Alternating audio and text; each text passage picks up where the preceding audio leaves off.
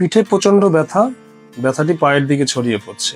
এই ধরনের সমস্যাই পিএলআইডি রোগের মূল লক্ষণ এবং বিশেষ করে ইয়াং জেনারেশন এবং যারা মধ্যবয়স্ক বা প্রায় মধ্যবয়স্ক এই ধরনের রোগীরাই বেশি আক্রান্ত হচ্ছে।